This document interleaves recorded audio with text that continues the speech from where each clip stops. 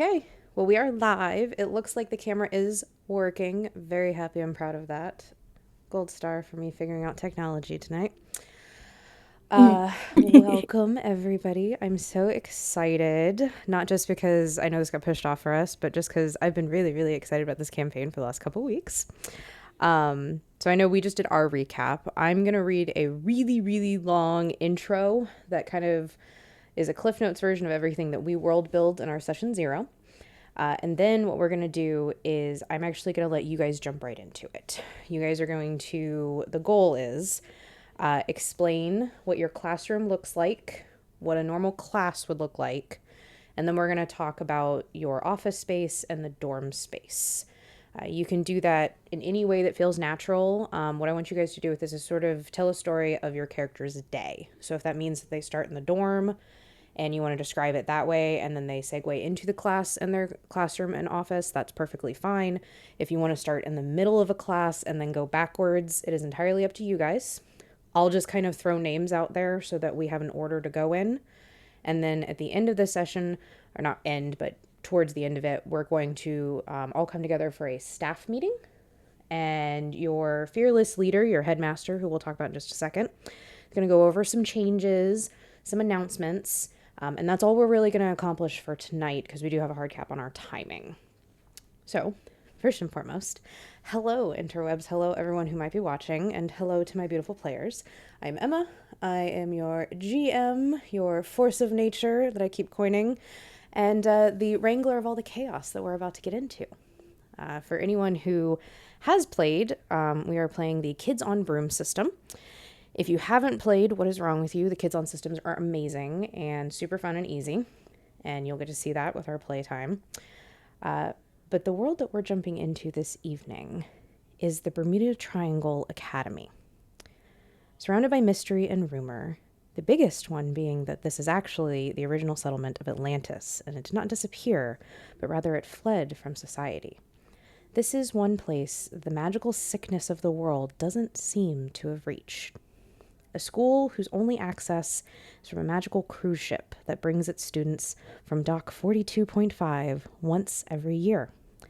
The ship has a large glass dome with a beautiful garden growing under it rather than the normal water slides and waves pools you would see on cruise ships. A portion of this journey does go under the ocean, where its students get to see all the magic of under the water and then come up in an underwater grotto. And once arriving in this grotto, they must ascend hundreds of steps to lead up to the island within the Bermuda Triangle. This island is in its own pocket dimension, sort of an extra dimensional power that makes it both bigger and smaller whenever it pleases. One of the things that it does is it tends to pull other pieces of reality in, especially if the students continue ascending up this flight of staircase that seems to go on forever, and they go down the wrong path, or they enter a place that they're not supposed to be. They break that sort of extra dimensional power, and sometimes that breaks the spells, the protections, all the things. And over the years, shipwrecks and more rumors of the outside world have become very prevalent. Waste not, want not.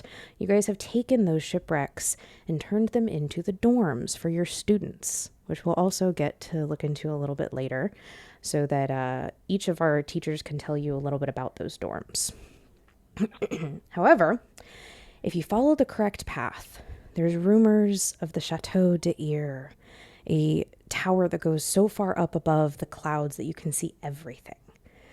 It can only be reached by a very specific number of steps and environmental factors. Very few ever make it there. Some know how to get there every single time. But it is one of the many wonders of this magical school. Another part of the school that many know about is the famous library. While upon first inspection it might seem small, all of the shelves will rotate endlessly, never running out of sections or different types of reading material. Only the librarian and his trusted bird familiar seem to actually know how to navigate the stacks. But if you were to wander in, they would be more than happy to help find the perfect book. If you're not deterred by the somewhat pervy poltergeist that tends to follow them around. Reggie Aloysius, or aka Reggie the Ankle Lover, is also happy to help, although he will be more apt to point you to the smut section than something you might actually like. Running this entire show is the fearless headmaster, Stanley Witwicky, a, well, a crab. A magical crab, but a crab. He is large for a crab, about the size of what a medium dog would really be. He has a tied on beard, a hat that is much too big for him, and a glowing amulet that is welded into the back of his shell. He's known for many things, great stories. He tells the student stories all the time that make you wonder how old he actually is. He talks about time periods that have been long forgotten. He also is known for completely outlawing the use of any butter or lemon products within his school. And this has led to an underground culinary trade ring, which is called the Lemon Butter Gang. In more recent years, flavored butters and lemon flavorings have become a bit of a drug trade in the depths of the school. But fear not, it hasn't reached the ears of our headmaster just yet, so flavor prevails. Beyond everything that we've already mentioned, those who are lucky enough to attend the academy also can enjoy a once-a-year water rodeo sport. Magical seahorse racing, sharks and minnows using real-life sharks and minnows to battle and gain points, and all kinds of other full-on celebrations, but on the ocean. You can wrangle squid, bull sharks, or try to stay on the back of a great white for more than 10 seconds. There is so much to see in this school, and we are going to get to explore all of it. But that being said, I'm going to be quiet for a few minutes now, and I'm going to turn it over to my staff, because that is who we are playing in this game. The really cool thing about the Kids On system is that you could play students, or you could play faculty.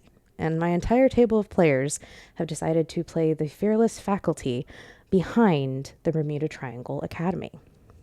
So, I'm going to pick on Tat because he's the top of my screen right now. So, Tat, we're going to start with you. And I want you to tell me about your character. I want you to go through all those things we already talked about. Run me through a day. Tell me about all of that fun stuff that we have world build behind the scenes. Spin me a tale, sir, and I will jump in as needed. All right. Well, I'm Taylor. I'm playing Quentin Briarscratch, a uh, just a normal guy. I'm a non-mage, I guess, in this magical world is what they call me. I can see what they can see. Can't do it, not without a little help, but uh, I don't really trust it. But Headmaster Dunn told me I had to teach a class. And the only thing I could think of I'd even be good at is, well, what I remember from back in when I was in a normal school was a PE class throwing dodgeballs at each other. We ain't really got dodgeballs, but maybe seashells will probably work. Okay. And what does Quentin normally do at the school? I know you said that he's a non-magic, but a Mhm. normal day for him, how might that start for him? Well, currently he's got his bladder of anti hermit crab repellent, and he's walking up and down the beach, just bumping away at it, keeping him out of here. But that's my job. I'm groundskeeper, PE teacher. Um, Normal day is just kind of walk around taking care of things that need taken care of. Okay. And when Quentin's not teaching this new forced upon him class, where does he stay on the grounds? He has a not necessarily a hut, but a smaller ish sand castle built off a little ways away from the actual school itself, on the beach or like near the beach. Okay. And Quentin's also in charge of a dorm, even though he doesn't stay there with them. Do you want to tell me a little bit about the time period that the shipwrecks come from for the dorm that you've been kind of in charge of checking? Just, another job for Quentin. It's like he's got nothing to do, right? They come from the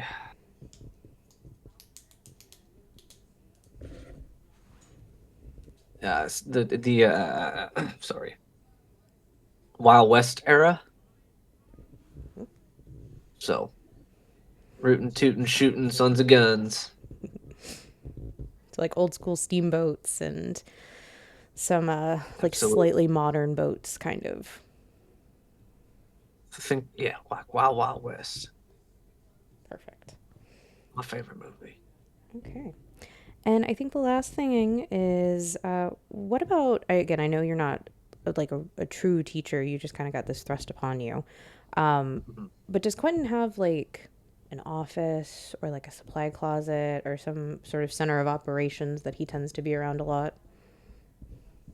Oh, most of that he keeps on hand at his shack, but he does have a an area in the school um, for school stuff. So they carved him off a little area with like a track field looking. Just what I can kids can run and be have things thrown at them. Okay. Alrighty. Well, we're going to, I'm going to roll. Oh. We're going to jump to Alyssa next. Tell me about your character, Alyssa. All right. My name's Alyssa, and I am playing Valvanus Blackwind. He is the History of Magic professor. Do you want me to do like description or? Absolutely. Go through whatever feels Okay. normal to you. Same kind of questions I just asked Tat. The stage is yours, my dear. Oh, goody.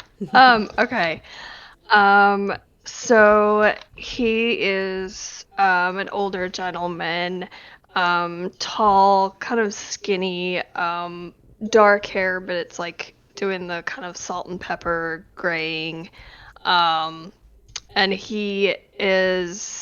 um, he's a very intelligent person, but he's not the type to flaunt that unless you're about to like make a like what he would consider like a grievous error.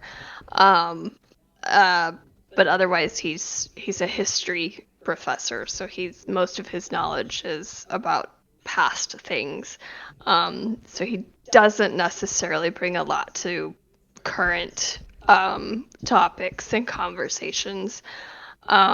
He spends a lot of time with his nose in the books. And I think that's why they kind of gave him the library to take care of, which, if we're being honest, he has kind of delegated that to some of his more trustworthy upperclassmen.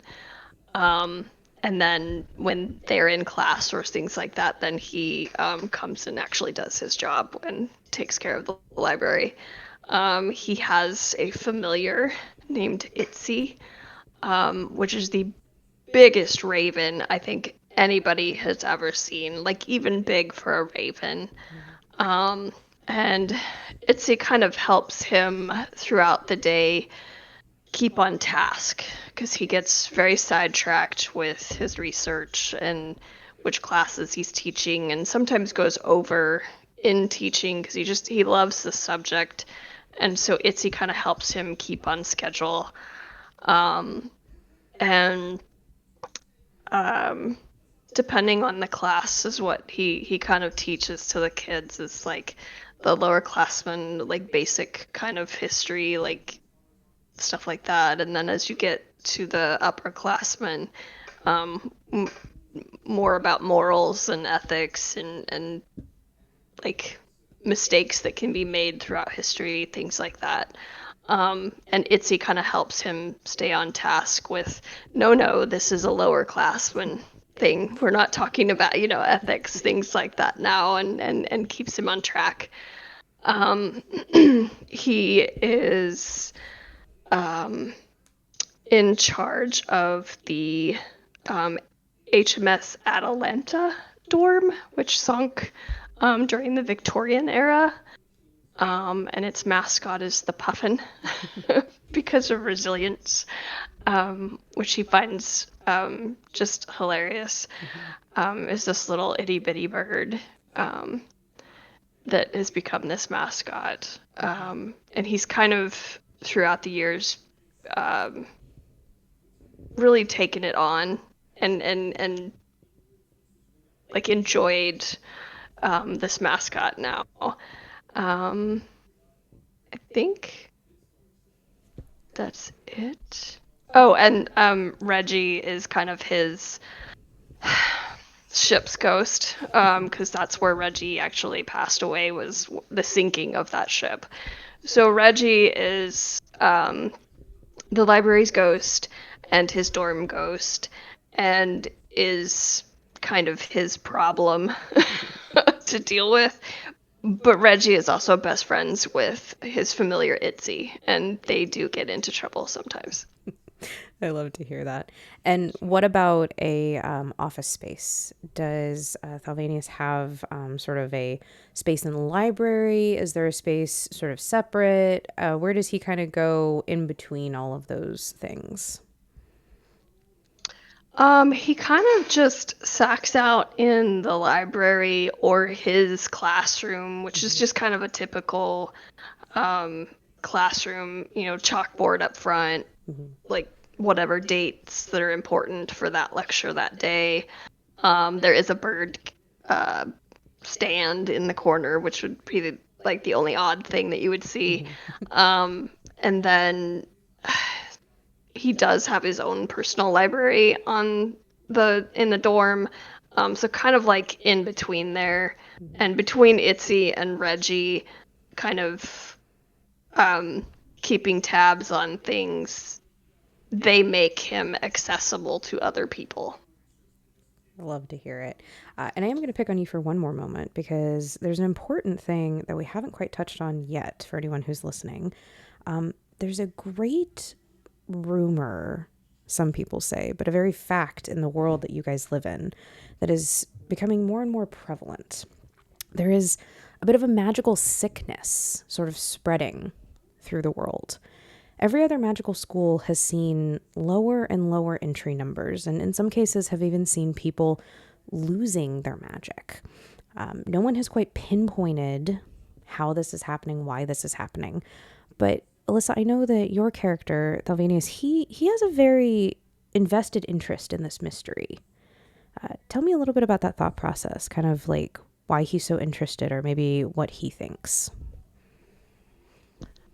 I don't think he's like quite I think he has a grasp on that something's wrong because of like you had mentioned that the people come here to see this library and use this library. So I think that's how he was first became aware of it, is because when people come here, they're like, wow, you aren't experiencing any of this. Wait, what are you talking about? Kind of thing. And I think that kind of led to this, not really discovery, but this moment. And then um, his best friend on campus is also like the numerology guy, who's really big into conspiracy theories.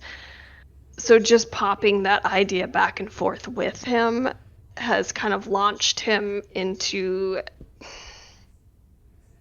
being curious about it, not necessarily investigating it quite yet because he doesn't know what he's investigating, but he's trying to see if there's like a historical answer for it, like has this happened before or something like that, and just kind of being more aware of it and probably contacting other people at other schools, just to get more information at this point. But yeah, he thinks something is off, and the fact that we are not experiencing it, he does tend to have some like, are we the problem or are we the solution kind of questions bouncing around right now. All right. Well, we'll get to dive into that a little bit later throughout our adventures. Thank you for that, Alyssa. All right. I'm going to go next on my screen here. So I'm going to pick on Joe. Joe, go ahead and tell me about Quantico.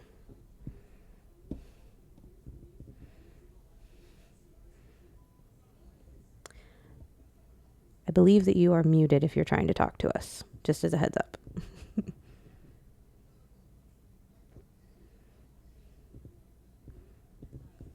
Didn't want you to hear me slurping my tea. No worries. We appreciate that. So, it's terrible slurping. Quantico is the olfactory teacher. It's olfactionary. Not a lot of schools have it. In fact, this was the only school that would give them a job because they were the only ones that thought that there would be any students interested in it whatsoever.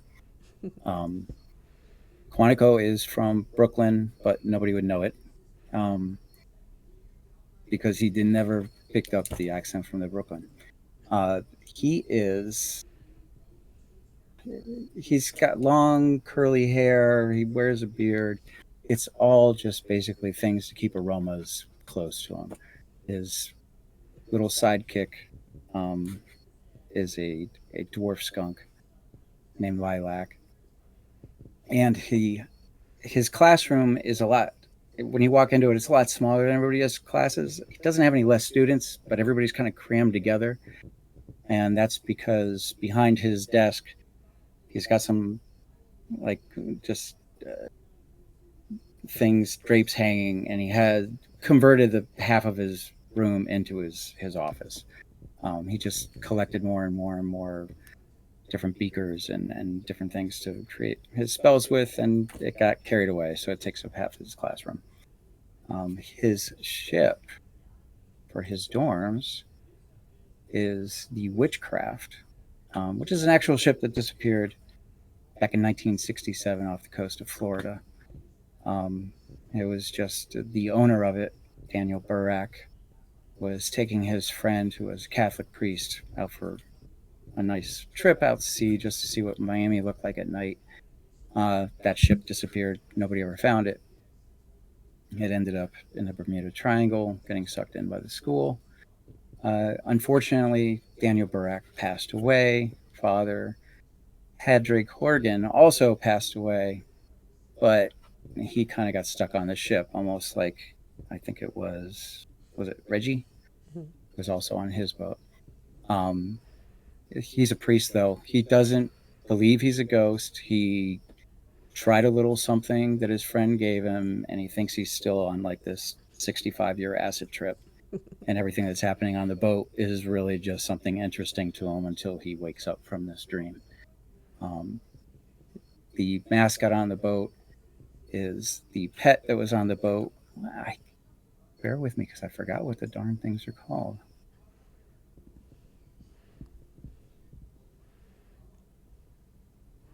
It's a tuatara. It looks like a lizard, but it's not a lizard. It's actually from another family. They live for like 120 years. He thinks that in his acid trip, it's the guy that took him out on the ship. It's not. It's just a lizard. But he calls it Danny or Daniel, and it's become the mascot on the ship. Most of the people can't see the ghost. They can only see the lizard that follows the ghost around because the ghost attracts flies, and he likes to eat those. It makes the lizard look like it's really intelligent because it interacts with people while the ghost is interacting with them. I love it. And what else do we need from Quantico? Tell me a little bit about olfactionary, because this is a class that we made up, that you made up, and we integrated into our school, which is another really awesome part of Kids on Brooms, is that you kind of have a list of set classes that you guys can teach and have, but they do recommend you actually coming up with a couple different ones, and olfactionary is one of them. And I was really interested when you kind of pitched this idea to me, so I'd love to hear a little bit, even just like a brief descriptor of what that kind of magic is. Yeah, and I'd love to have that thing that I wrote up for you right in front of me, but I don't. So olfactionaryism, basically, one of your strongest senses is smell, and it affects everybody's memory. So it's the art of using scents, not just creating scents, but creating scents that are specific and individual to a target or a person or an area. So it can be something easy, just like, remembering the first time you tried cooking and burned the noodles and it had that one distinct terrible smell. You can create something. You can have a spell. You'll remember the noodles that you burned. Someone will remember the first time they had to change their little sister's diapers.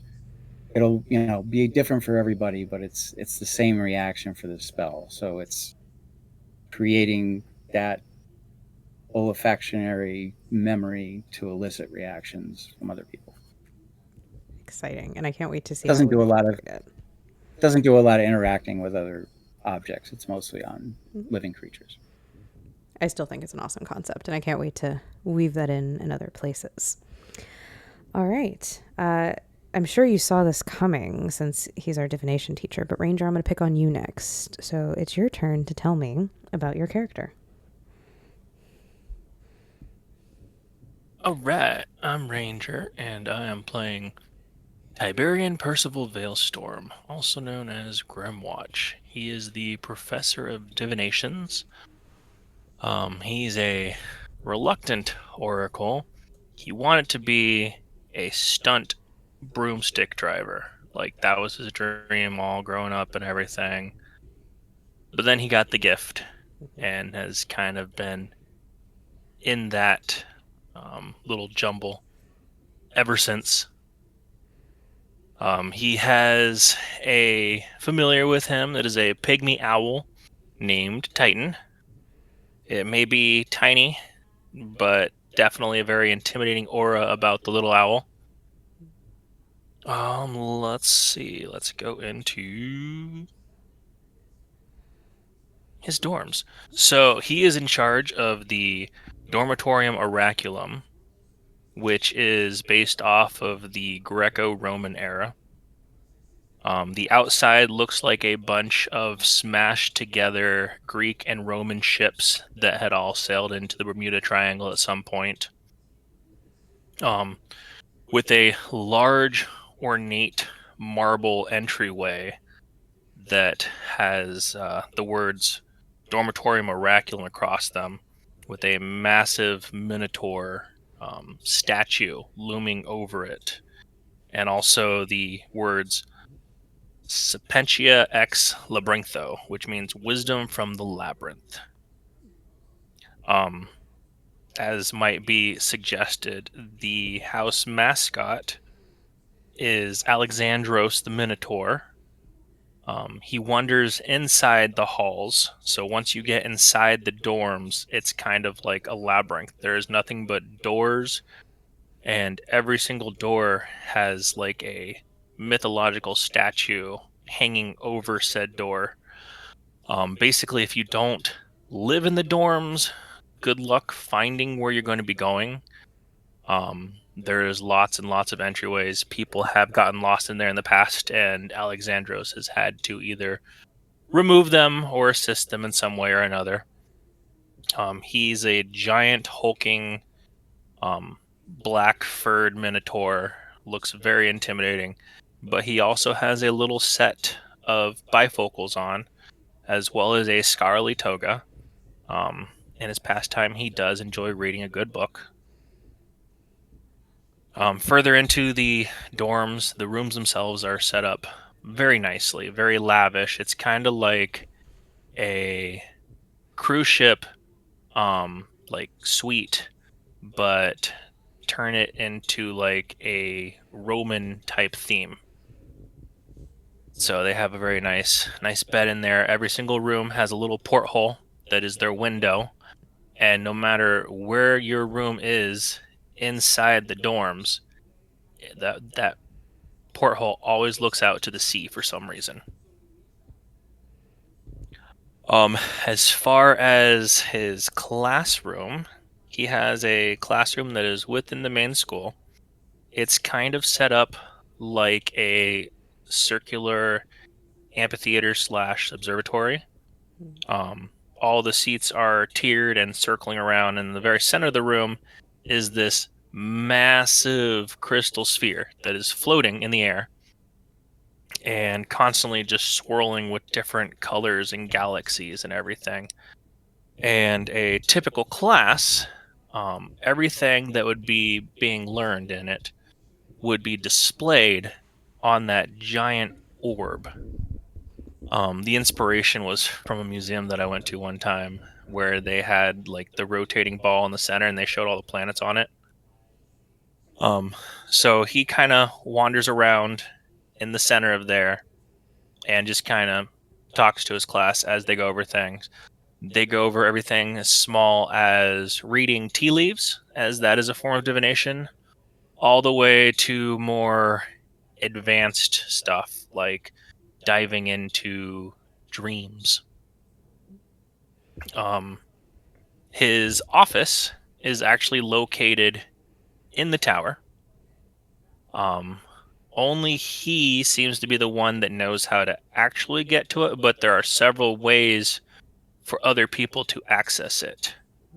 From within the dorms, there is a certain room that everyone knows to that they go to, and the door is there. Then he is in his office, and you are welcome to come in.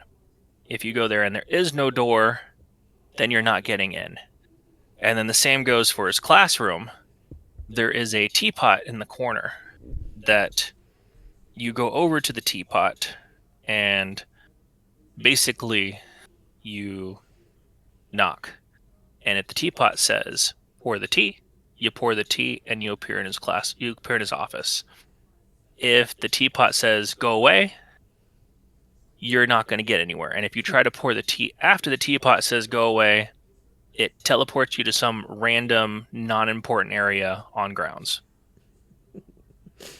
Love that. And Tell me a little yeah. bit about your the gift or the burden, as I'm sure he kind of feels like. What has gained you this sort of nickname of Grimwatch?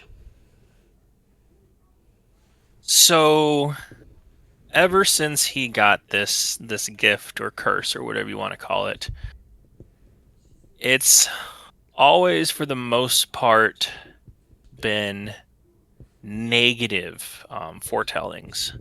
So usually it could be like, oh, you're gonna trip on the 5th step, and they're like, no, I'm not, because I know about it. And next thing you know, there they go, they trip on the 5th step. Or something as bad as like, if you guys go on that vacation, you're not going to come back. So it's always been very grim type divinations. It's very rare that he gets something good.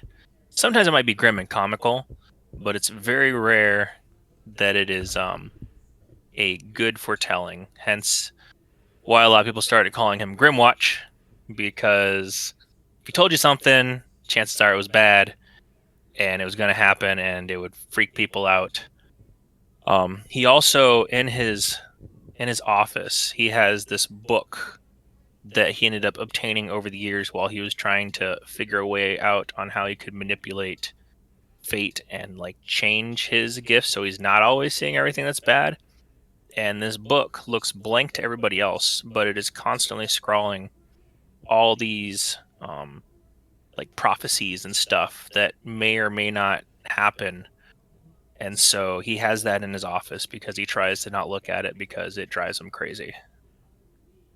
All right. Well, maybe we'll get to see some of those grimmeries come true. Or not. Who knows? I will never tell. All right. Well, that brings us to, last but not least, our person at the table.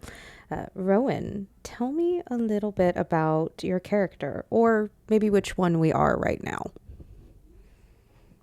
Absolutely. So this morning we wake up, and it is, I believe, a new moon. So we have Professor Yarrowbrook is fully human, masculine, a plump, tan individual who generally is jovial with big old glasses and his hair put up in a little bun. Yarrow has a couple of different forms. He's a werewolf that shifts gender at the same time. So depending on the time of the phase of the moon, he could be they could be she. It's up to the way of the moon ultimately. But they are our astronomy teacher, doing everything with stars. And their classroom is completely, if you would think of a 3D planetarium, that is what their classroom looks like. You can go in and see and position different parts of the big old sky based on how the magic is. So you can look up close at the different diagrams of space. The one thing that they do keep consistent throughout all of their forms is a little dipper freckles that go across their nose and a tattoo of tribal tattoo that goes all the way down their chin and further on through their arm. And those are the only things that stay consistent.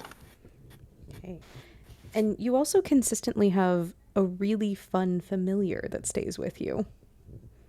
Yes, they do have a familiar. It is a flea named Itchy. They are constantly scratching because Itchy has buried themselves at some point in some part of their fur and or hair at all times.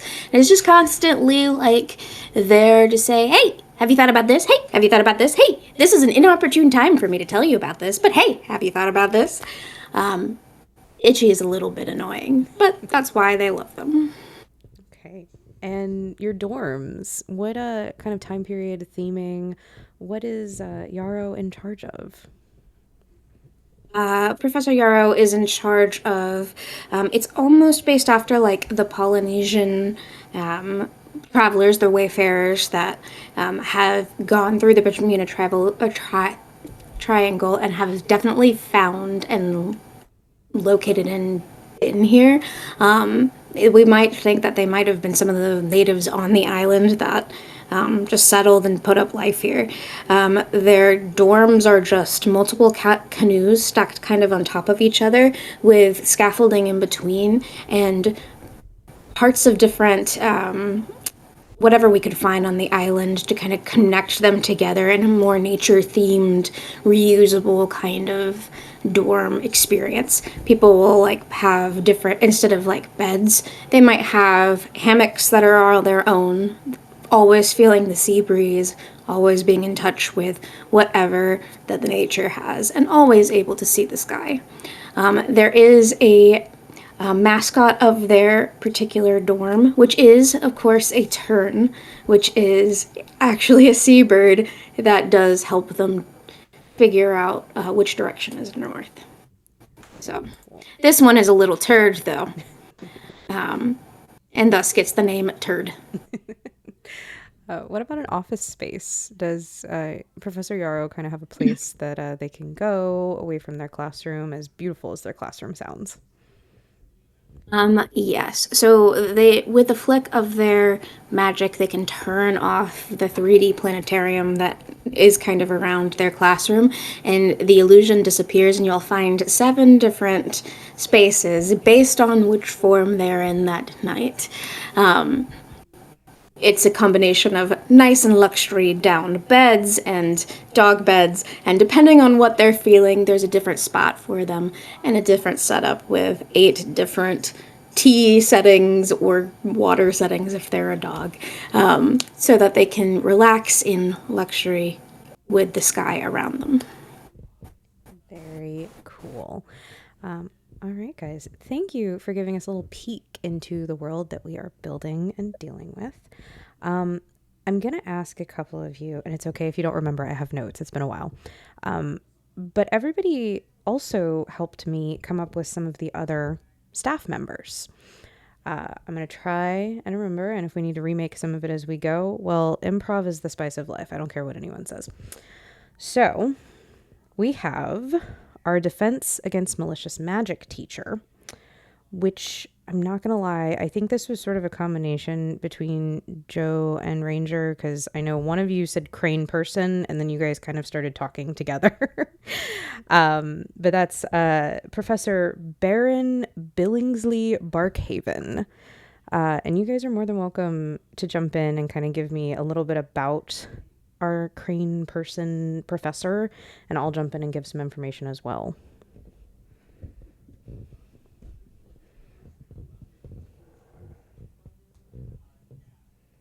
I'm sorry, I know that was vague. I meant just sort of like what you think they might look like, sort of like what we talked about when we did our session 0. So I can't remember who came up with the crane. But he was tall, gray, long feet. I can't remember what I know he had dark piercing eyes, just stared at everybody. Well, there was something to his backstory though, that he was tied to the island. I can't remember what it is now.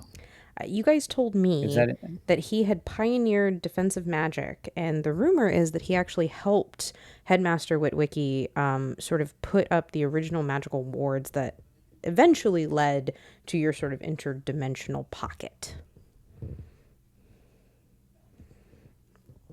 Is it Baron Barnsley, right? Yes. Baron Baron Billingsley Barkhaven. Killing me. And yes, I was told that he was a large, lanky, and imposing crane person. Light gray colors, except for his eyes are this sort of like bright golden that match his very sharp beak that kind of comes down, very imposing. And he's your defense against malicious magic teacher. Go ahead.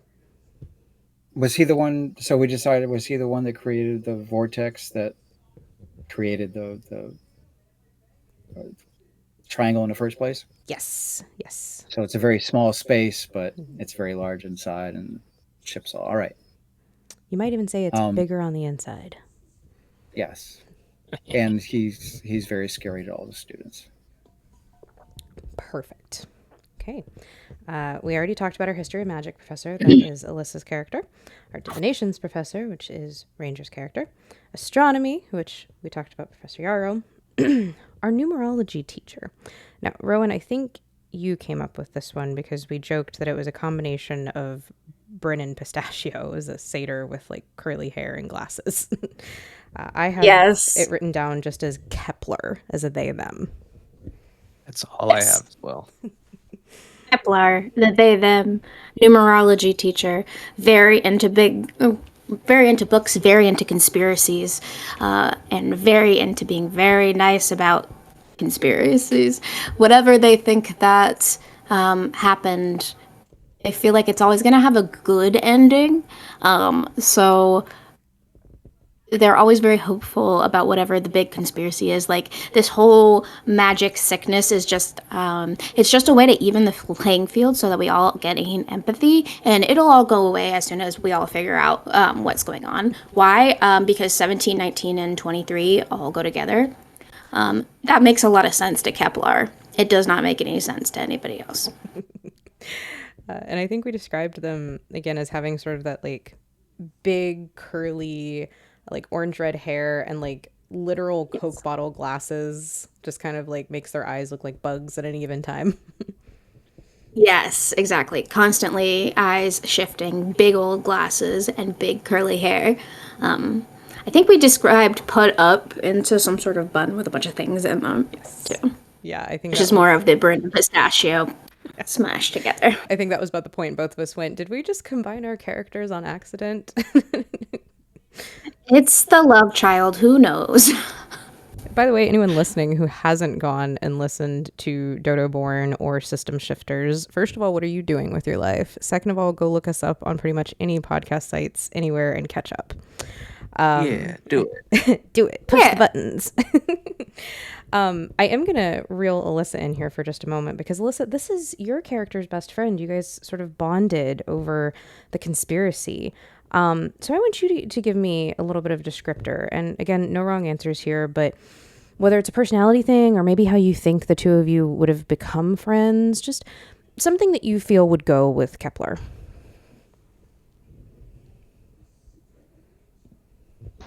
I think since he's kind of I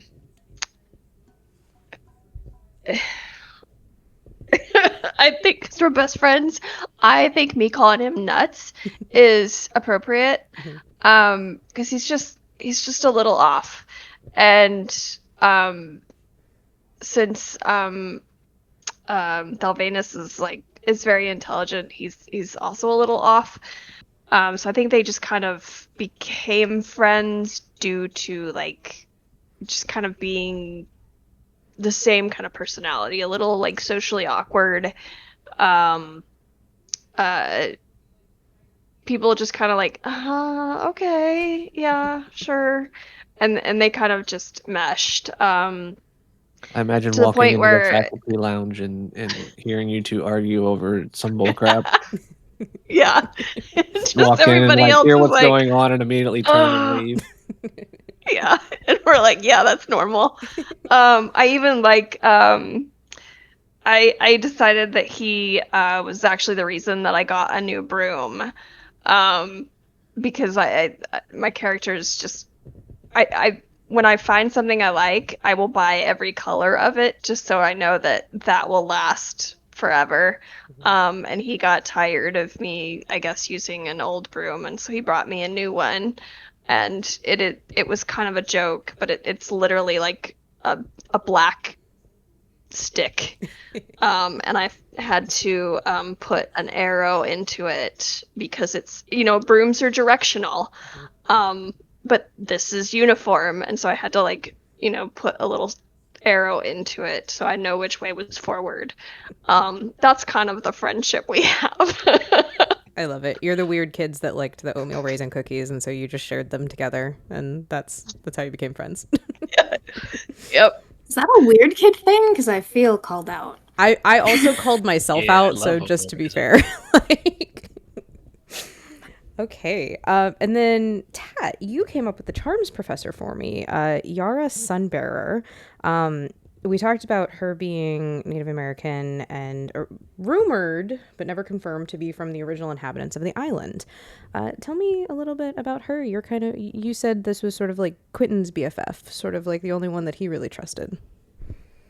Well, it kind of goes back to me saying we're rootin' tootin'. I should kind of go back and say what my actual dorms and everything looks like. It's essentially a steam paddle boats are my dorms. Um, big, large paddles from that era. So everything's sort of either turn of the century stylings, a lot of steam engines, and yes, native. We decided on the island. But she reminds me of some of the natives from back where I'm from, and I can relate to them more than I can relate to her more than I can to the super nerds that are in here. Yeah, and she's very calming. I definitely, when I was kind of listening to you guys talk and describe, I imagined her very much as like this very just like stoic but calm presence, like just sort of that sort of aura of charm, instead of the opposite swing of the pendulum where like someone can be charming and kind of in your face. Yara is more so like she speaks quieter, so you have to like lean in to listen. And like when she speaks, because she doesn't speak super often, you want to hear what she has to say. And I know you said that was something really important, was that she had that sort of like calming demeanor. Right, and she's also helped me kind of navigate my life here in a magical world where I have none. As the charms teacher, she's also charmed a few things for me to be able to, stay relevant in a magical world. She's given me a broom that can fly, not from me, but it's charmed to be able to fly. And my wand, she preloaded any magical need I need into it. Perfect. I think we talked about the headmaster also giving you the equivalent of like a bag of holding, so you can kind of carry most of your things around at Right. any given point. And then Yara has just sort of maintenanced that for you once she figured it out. So Yep. that's our charms professor. And then, okay, yes, now I'm remembering. I apologize for throwing everyone off at the beginning. The brooms professor. I'm sorry, Ranger. This was who you came up with because we decided it was a Viking warrior woman that Tiberius definitely has a crush on. Freya, Odin's I think daughter. we all have a crush on her. Everybody, every Yeah, single Yeah, I person. think correction. that was Yeah, we established. all Everyone has have. a crush on the Yeah. Everybody loves Freya. Yeah, Yeah. everyone, especially. Yeah, yeah. Yes, everyone has a crush on Freya. But yeah, Ranger, can you, if you don't remember, it's okay. I do have notes, but how you feel we would have described this like very imposing Viking woman who's in charge of teaching children to ride on flying objects. So, from my poor brain remembering, I remember she's very, very Viking-esque, like shield maiden status, and she has a very intimidating air about her, but she's also very kind with the kids and very helpful. And the way she can fly a broomstick, Tiberian's just like, oh. He's just like, what beautiful little broom riding babies that we could make if they don't get imposed with my gift. Little whisks. Yeah. And Professor Odin's daughter also teaches elementalism, which is a specific magic to the island. While elemental magic can definitely be found in other places, this is a very specified magic that we all kind of decided is tied to nature, to the elements, and then obviously the offshoots from that. Think very Avatar: The Last Airbender. I think all of us said that right away when we started talking in our session 0. But all the way out to like the lightning bending, the magma bending, the metal bending, all of the experiences that come from elementalism. And so that's her other specialty. And then our final person of staff, I actually designed for you guys. This is your transfiguration professor. Her name is Zarina Holloway. She goes by Z. She's a human with magical abilities. Nothing really like special about her. She's got this big curly orange mop of hair that's always just kind of slightly in her eyes. She is of Irish descent, has just like the slightest lilt of accent, freckles all over her face. You will occasionally catch her with these big horn-rimmed glasses when she forgets where her contacts are. And she's almost always like sticking pens in her hair or like flowers. It doesn't just extend to pens, but it's like little things she'll find. Students will bring her things and they'll end up like braided and woven into her hair. She tends to dress in very bright colors that clash with her orange hair, but she doesn't care. And she is also a bit of an artist. She dabbled in magical artistry, actually is a big part of a lot of the moving pictures and different things that have started incorporating into the castle. She's always just a little flighty, sort of like stops mid-thought, very like the equivalent of ADHD, and like just the sweetest of things, but is always like tripping over herself or like stopping mid-sentence and then wandering off to a new adventure. And she's actually relatively new to the staff. She's only been here for a couple years. She got brought on after the last transfiguration professor did sadly begin to lose their magic and decided to kind of go home to their family and figure out. But it didn't start happening to that professor until they took a sabbatical away from the island. And that, I think, is where we're going to kind of start, is you guys have all been called to a staff meeting. It's a little ways into the semester. It's been about 2 months or so since school started. You've all started leveling out with the new students or the upperclassmen that you know. So the headmaster has called a staff meeting to check in with everybody, talk about announcements, all of those fun things. And also to kind of just go over some new things he's hoping to do this year. So towards the end of the day, probably after y'all's last class, where do you think you guys would be before you head to the staff meeting? Oh my goodness, thank you, Ranger. You are correct. We did completely skip over. Somehow I missed this on my notes. We did have another teacher. It was Vork the Changeling. Oh, yes. And that was our summoning professor. I think I might have just accidentally deleted it off my list. Cool. I love technology, guys. The changeling professor was constantly shifting, correct? Remind me. Bring me memories. Yes. I put it in the... Oh, good. Joe has notes for it. Haha. Let's go, Joe, for taking notes. Yes, note taker. I copied what the boss gave us. That's from the Magical Malady reference. I love it.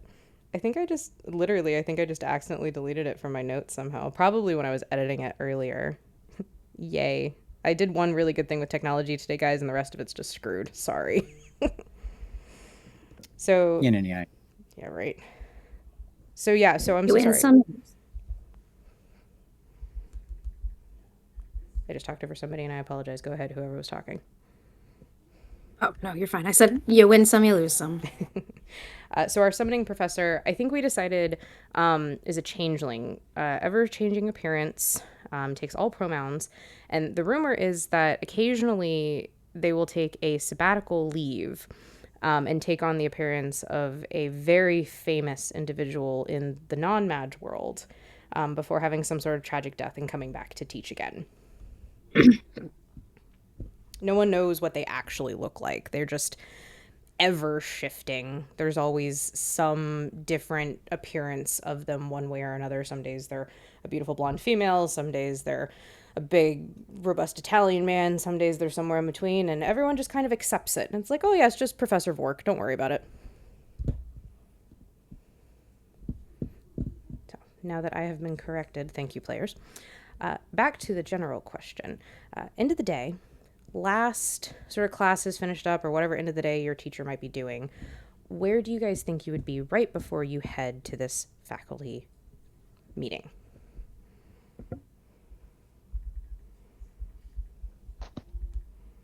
I would be in the library or somewhere with books. Like I said, I'd be out on the beach. Like I said, spraying. For some reason, oh, sorry, go ahead. Oh, I'm finished. Go ahead. For some reason, all of Quantico's students randomly come up to him and ask for ways to hide the smell of butter. So once again, he's doing some after-class work with someone, just giving him a little. Why is this so interesting? No, it's not even allowed on campus, and all of you want to hide the smell of butter. But he hasn't caught on.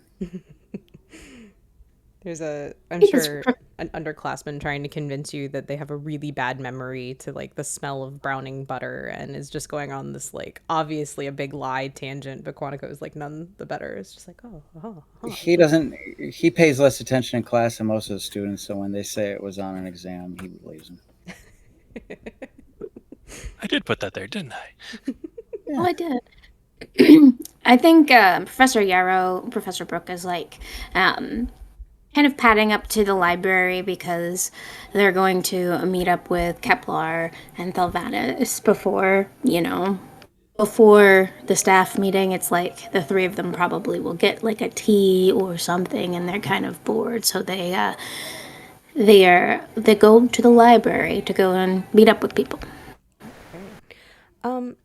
Professor Yarrow, as you are walking down the hallways, I'm going to go ahead and I'm going to ask for our very first roll of the evening.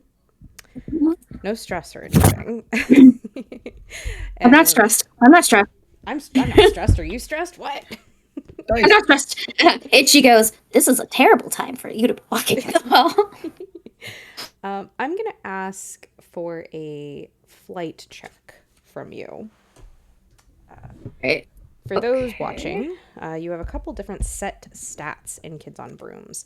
So you have fight, flight, brains, brawn, charm, and grit. And at character creation, you designate a different die type for each of them, depending on how well you want to be versed in that subject. So it's basically a whole D&D set with your highest being a D20 and your lowest being a D4. I was benevolent, force of nature, to my faculty and decided that for plot, nobody has a D4, everybody has 2 D6s, because they are all very trained and well-rounded individuals. So, that being said, what did we get? Are we doing exploding dice? Yes, we do exploding dice in Kids on Brooms. If you hit that top number, you roll again and add to it. So I got an 11. Amazing. So as Professor Yarrow is walking, were they coming from their classroom at the time? Yes, they were coming from their classroom. Itchy had been talking into their ear about like, oh, you're going to be late. You're going to be late. If you don't go and get the other two, then they're going to be talking about you and we're going to be late. And they're going to talk about the fact that you're late and blah, blah, blah, blah. So they were like kind of rushing a little bit faster than they would normally to make sure that they're there on time. Gotcha. So as you're sort of listening to Itchy, at the very last second, as you're coming down that last step from where your classroom is and kind of around the corner, and you've complained to the headmaster a couple times about this. It's a really tight corner off the end of that step.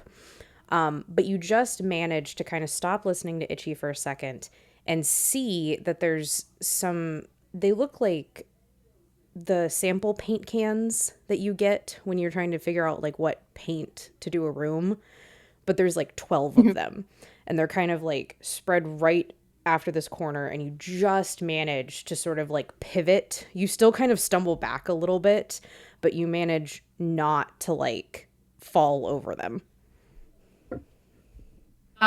They like look down and they like take a look at the colors. What colors are they? There is a prolific rainbow of colors here. Like I said, there's a good like 10 to 12 of them. Everything from like this really deep golden color all the way down to like a purple, almost black. All of them are open. The lids are like pressed up against the wall. And as you're kind of paying attention, you kind of ease around, and you actually see Professor Holloway, the newer professor, is cleaning off brushes. And it seems like she might have just finished up a project, and she's sort of like muttering to herself, like maybe going through like a mental list. Professor Holloway, Professor, there's you left some cans over here. I'm not quite sure what they're there for, but I almost ran into them. Do you know what that would have been if I had spilled paint all over the floors? That would not be a very good look over here, especially since they're purple and gold and all sorts of colors. What are they here for?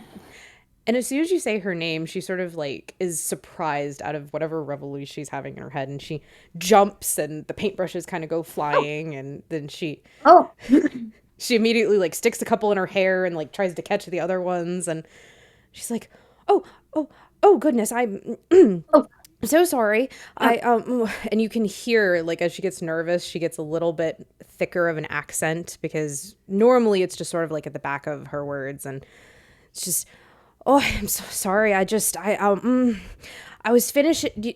I'm not sure if I can talk about it just yet. It's a bit of a new project that the headmaster, she kind of goes back and forth for a minute before she like rights herself. I'm so sorry. I did not mean for you to almost trip over him. Let me put the lids on. Are you about to head to the faculty meeting? I could walk down with you. Yes, yes. No, I was gonna head to the meeting. Of course, that is where we're heading very shortly. But I was supposed to go to the library first, so that I could go get the other professors, so that we could walk in together, so I don't look like I'm all alone by myself. Professor Yarrow, not sure quite, lonely little guy over here. So I was going to go to the library. You can come if you'd like. Now that the hallway is clear of all sorts of stuff that you were going to have on the floor, dangerous materials and whatnot.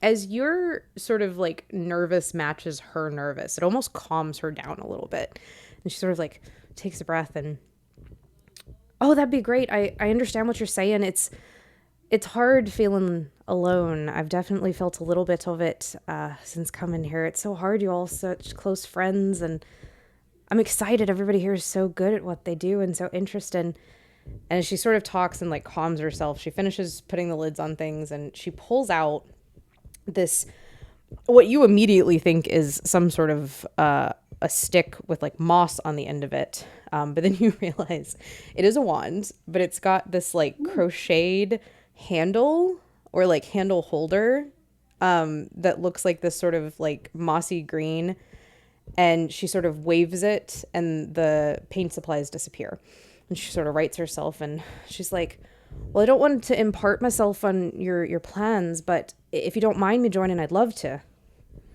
No, imparting yourselves. That's so thoughtful. That's so adorable. No. Actually, it would be very, very nice if you joined me. I would really, I like that actually, quite a lot. Yes. If you wouldn't mind, sorry, I babble a lot. It's that's why they call me the babbling brook.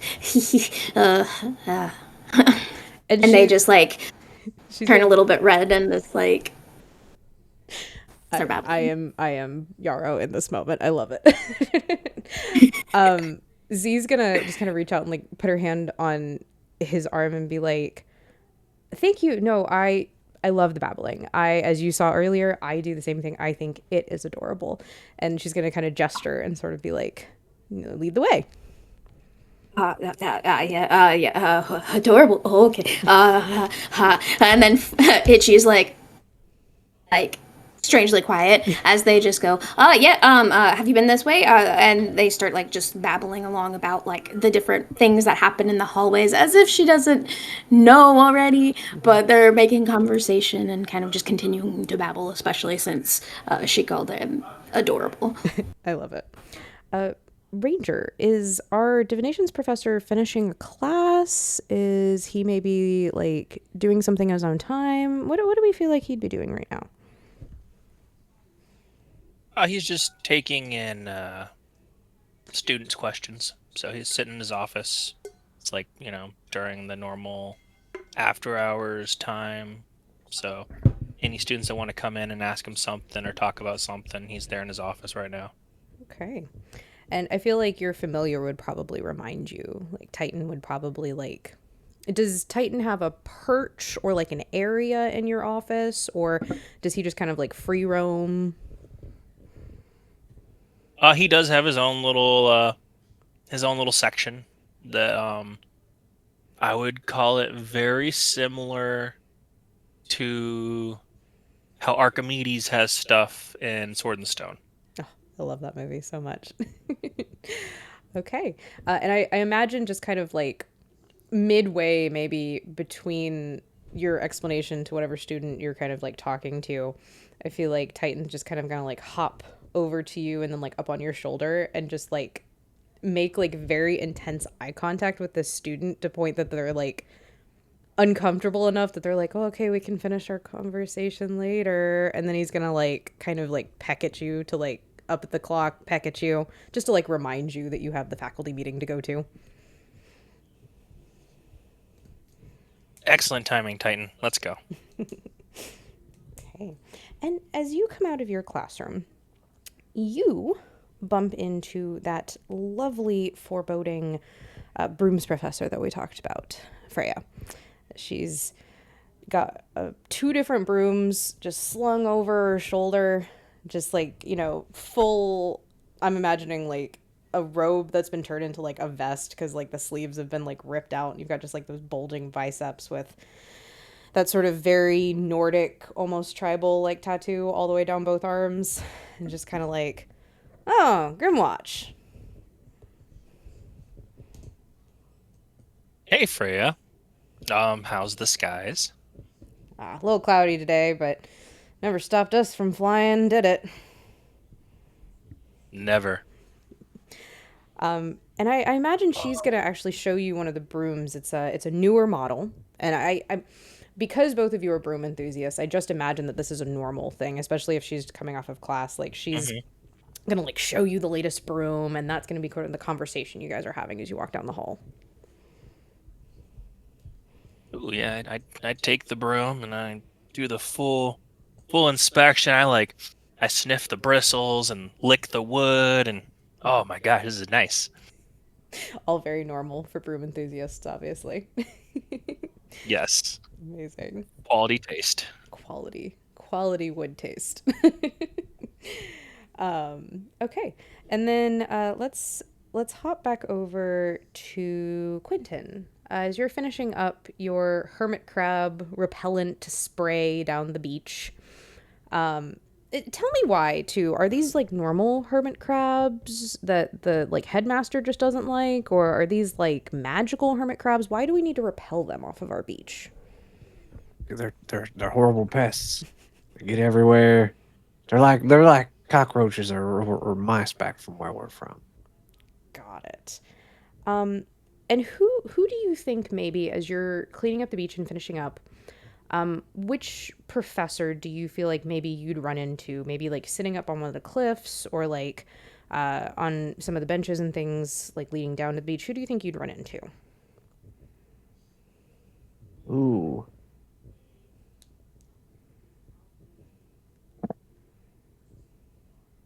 this early in the morning out here on the beach, I would say more than likely Baron Billingsley Barkhaven. Do you feel like the very imposing crane person professor, do you think he'd be like, explain to me how you think you'd come upon him, because in my brain I'm seeing one thing, him being a crane person, but what do you think maybe you would come upon? I feel like he's standing out in the surf, one-legged. Um, just kind of he's very large, and so he's just out there standing. He's got his beak down towards the water.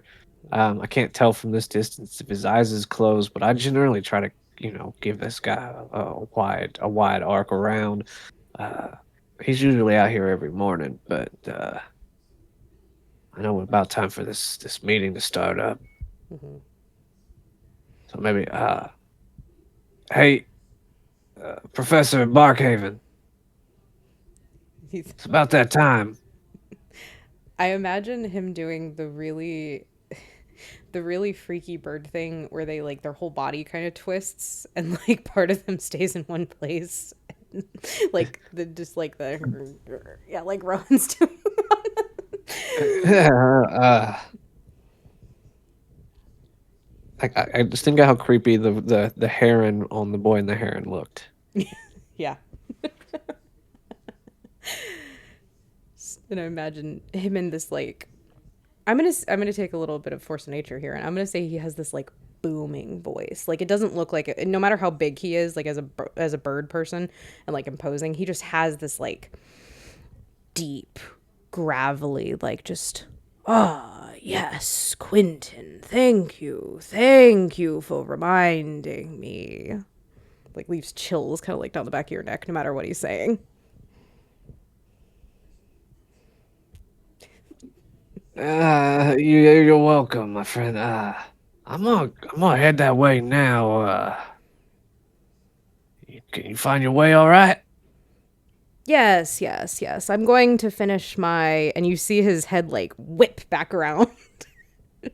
Just like cartoon owl in the best way possible, just like and he like sticks his beak down and like comes back out with a fish stuck on the pointed end of his beak and just like keeps talking. Just like, I'm going to finish my snack first. When his head snaps reactively, I throw open my coat and I reach down to my wand holster. Oh, okay. Whew. Thought that was it for a second. All right. I'll see you in there. And I'll he tip like, my hat to him. yep, he like snaps his beak and is like trying to get the fish now. He's forgotten about you already. Okay. Before we jump to our library, where I know most of them are going to be, before we head up, Quantico, you said you were finishing talking to students, so I'm going to say you finish up there, and then you start to head out. Who do you think maybe that you would run into in the hallway on your way to the meeting?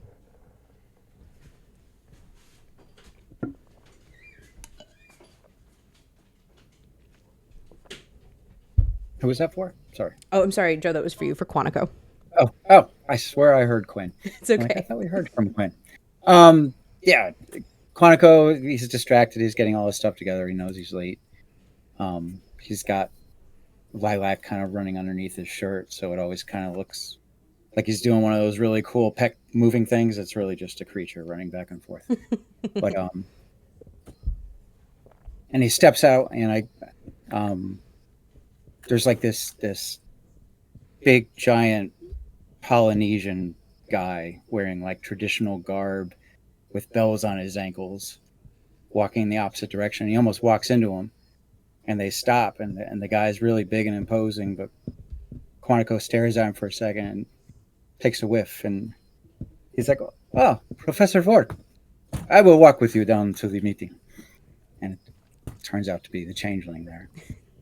Because no matter what they look like, they always smell the same. Always. I love that. That's so cute.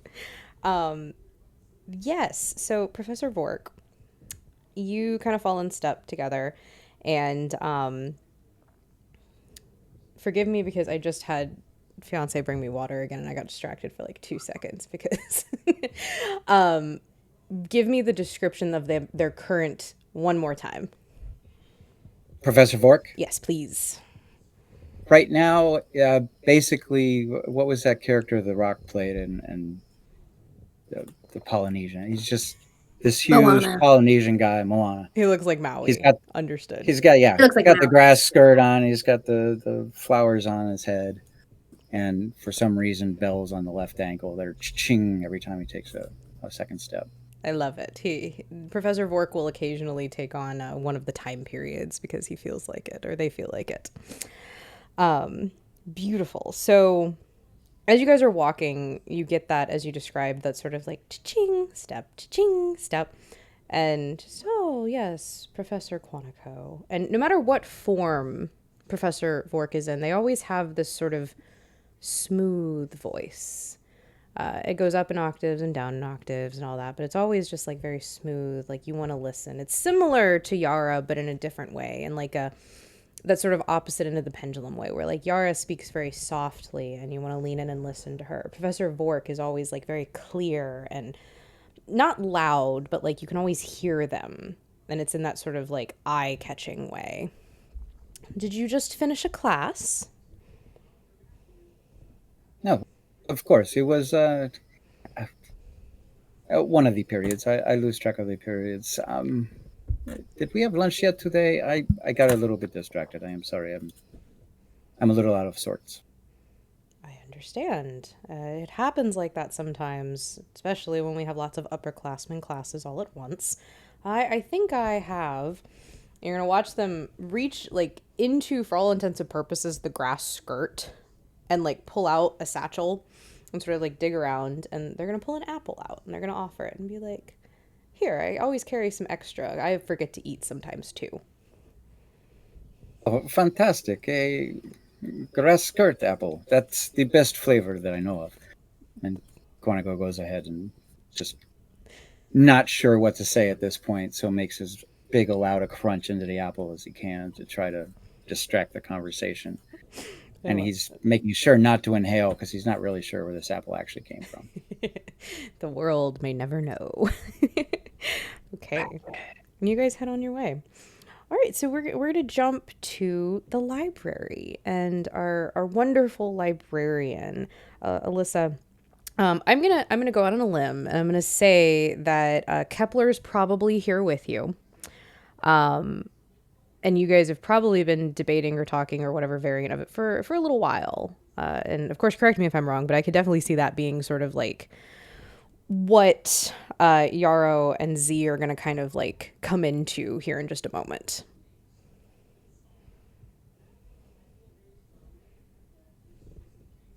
Oh, yeah, we're fully, and Kepler's talking about 17, 19, and 23, and I am just like the numbers. And what about those numbers is the answer to all this? That you never explain it. You just say that they're the reason. And I feel like in this like slightly hurried, just like stereotypical kind of conspiracy, just well, they're both prime numbers, and you see there's this like there's the comparison between the numbers, and it's going to be important. I'm telling you, I'm telling you, Thelvanius, it's important, and that's just like repeated. Right, but you're explaining it as though breathing is important. Yes, but why? We understand why breathing is important, but it doesn't explain why one professor can go on sabbatical continuously and come back and be fine. Yet the last person who did that wasn't Professor Vork left on sabbatical and no longer has power. No number explains that. And I feel like instead of answering your question, they're very much going to focus on what you said, and is going to be like, yes, exactly, like breathing. It is importance, like breathing. You're starting to get it. I see. I knew you would understand. I knew it.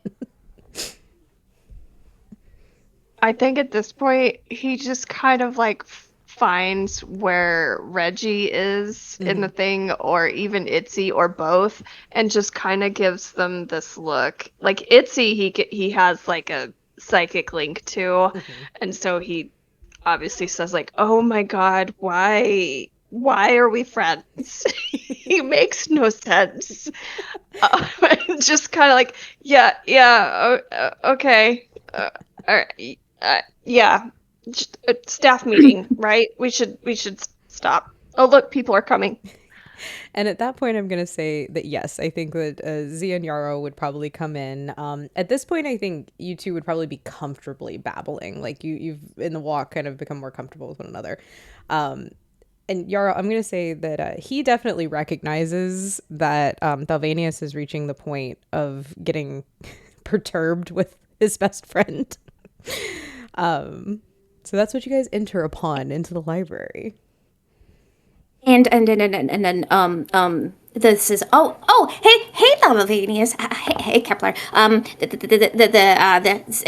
you guys have already met our new professor here, this beautiful wonderful individual right here. They were painting the walls, but and I was walking over here and almost tripped all over them and put all of the new paint on the floors, and that would have been terrible. What kind of number do you think that would be? Like I think there was like maybe 13 painting. 13. What does that mean? Kepler, what do you think Oh, about no the numbers, painting? no numbers, no numbers.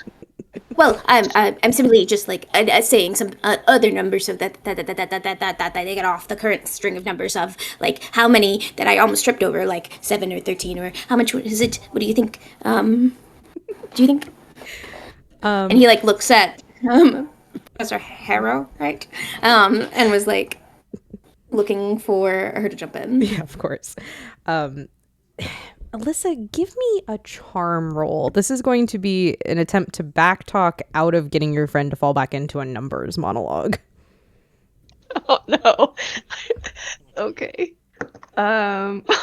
Yeah, that was a 1. Ooh.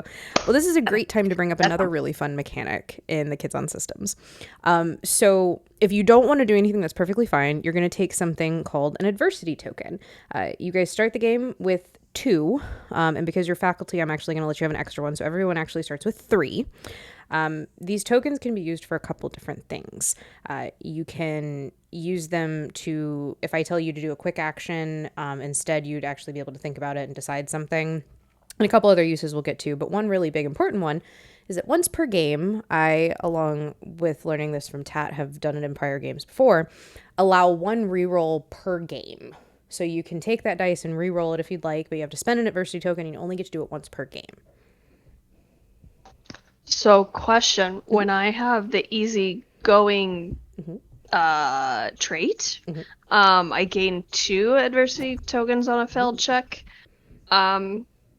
I don't know why, but I think these are gonna come important. Sure. And I'm probably like, he's my bestie, so I'm probably just used to him doing this. So I think I try, and then I'm like, yeah, it didn't work. He's not listening to me. I think I'm okay with that. I think I am gonna fail and keep the 2 adversity tokens. Amazing. And yes, if you have that trait, that means that if you fail something, so if you roll something and you know that you hit a 1 and you fail it, or if I tell you that's not the number I was looking for, instead of that normal 1 adversity token, you get to take 2 of them. Also keep in mind, guys, some of those traits you guys took at the beginning, make sure you're just glancing at them on your sheets, because they do give bonuses, as well as your wands and your brooms. Also, sometimes will give you bonuses or special traits. So just make sure we're paying attention to that. Give me a holler if you do have something along those lines as we're doing things. But yeah, I'm gonna say at this point, before Z can even like jump in and say anything, Kepler just starts on this whole thing about how it's really rude that everybody thinks that the number 13 is just like this bad number, and they don't understand it's not an unlucky number. It's actually like another prime number, and it's great. And like that's gonna be the tangent that begins. And instead of like looking annoyed or even like exasperated, I feel like Z's just gonna kind of have this like smile and is just gonna kind of help you guys like corral your friend in this monologue moment. And then Quentin. So you have just narrowly escaped death by bird beak, obviously. It was coming, I could tell. This is how I die. So you kind of make your way up, and anyone on stream can see. I did do a reference image for us of the island. It's a crescent-shaped island. I did not include the sort of rings of shipwreck for our dorms, but so that you guys kind of have an idea of coming up from the beach to the castle and everything. And Quentin, I'm going to say as you come up to kind of that main doorway, your friend Yara is hanging out on the steps. She's kind of sitting there, playing a reed pipe, just sort of like, it was almost like she was waiting for you. Like she knew you'd be coming up from there and she didn't want to head up until she saw that you were heading up. I pick a long piece of seagrass and I start chewing on it. And I walk up and I just kind of put my back up against the wall and my boot up. And I just kind of sit there, tilt my hat and listen to her play for a little while. And then, man, I love that sound. Anyhow, you going in? I'm about to head in. And she's going to finish the note and then kind of take it down and smile. And yeah, I knew you'd be finishing about now, so I thought that I would wait. I was doing my normal grounds walk. I like to kind of get my feet in the dirt and walk the trees a little bit before end of day. And you do notice she's like, her sandals are like off to the side of her, and she's got that like, that sort of like, I'm trying to remember how my mom used to describe it when I was a kid, when you could tell that you've been running around in the dirt and you just have like that, like the clay color on the bottom of your feet, where she's like kind of propped up against the stairs. You call that grounding, right? Mm-hmm. Yeah, gotta remind where we all came from, you know? You know that better than anybody. You're more down to earth than half the people we talk to. Well, when you have to live by the Earth's rules, it's a harder lifestyle. Most of these magical types, no offense, ma'am. They don't understand that sometimes. They just think they can point their sticks at things and make it happen. It ain't so easy. You're not wrong. I think that's why I enjoy your company so much, is because you understand that. But yes, I thought I'd wait and we could head up to this. She rolls her eyes. Like, you can tell she's probably not looking forward to it at all. But this faculty meeting that we're going to. Yeah. Well, I don't know. A creepy bird guy was down at the beach again. So I'd rather be here at the moment with you. So I'll take my hat off and do a bow and point towards the door. Okay. You guys head off. So you guys all meander your way up to the faculty lounge. I would love for you guys to collectively tell me what you think the faculty lounge would look like in a school like this. There are no wrong answers. You guys are making this yourself. It's something that you guys feel would be in a sandcastle on an island in the Bermuda Triangle with a crab headmaster. What do you think the faculty lounge would look like? There are definitely beach chairs, the ones that are real low to the ground with umbrellas, sunbrellas. Mm-hmm. Also, I feel like you have to go under into some like crab tunnels into it, and then it opens up and it's just like sand walls that are made, and then like the little sand, little like beach lowrider chairs, like Tat said, all around, Okay. and a little blanket. You can toss in like a little like thermi type swimming pool, like little community pool for the professors. Mm-hmm. Yes. There's also a microwave and a coffee ninja over on the far corner over there. It's under a cabana. Nobody knows how they work. Except for Quentin, and he won't tell. They've got like essentially a Keurig, but it's like a magical Keurig, and nobody knows how to work it. You just kind of press a button and hope that you get the coffee you want, and if you don't, you just deal with it. In fact, I think Professor Yarrow like beelines for it and goes, "Okay,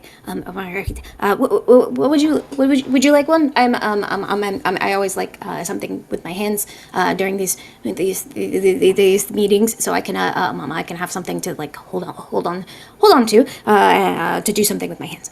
Anybody? I'll take one for myself, but like obviously, anyone else? No, I think I'll be all right there. Thank you, though. And Okay. something with caffeine. I think you might have had enough I for all of think us. while yeah, I think while people are kind of like coming in and everybody's kind of distracted waiting for the headmaster, I've got tea going and then I like um you know those like electrolyte little long packages. Mhm. I think I like open one of those and pour it into my tea when nobody's kind of looking. And it's basically dehydrated lemon powder for my tea. And I kind of like put that in. I just kind of like sit back and drink it quietly. All the tea Quantico drinkers. notices. Sorry, go ahead. Quantico notices the smell instantly and like runs over by her and goes, "Please, you got to remember." And he just kind of twiggles his fingers. I don't think I got to roll for that one to I will cover up say the every lemon time smell. I've ever opened one of those propel things, it leaves a dust cloud immediately Yeah. after opening. Yeah. He's coming. Don't let them smell the lemon. And I think Professor Yarrow just keeps pushing like all of the buttons, trying to cover up the smell on the Keurig, hoping that something like happens. There's now like a that'll be tray of just like you've got like an Americano, an espresso, a big like pumpkin chai. Like it's just like 8 different things now. and they just like start handing them to people and like looks over at the olfactory teacher like please do your magic, please do your magic, make them all I smell. am Do I smell tweaking. pumpkin chai? I'll take that one. Go. Yeah, I'll tell you. I changed my mind. Yeah, I'll here you take the go. pumpkin chai. Oh, of course, yeah, here you go. Thank you. Thanks. Amazing. And Vork takes whatever you hand them. All the other staff will, except for Kepler. They're like, no. You only made 8 of those. 8's not one of my number.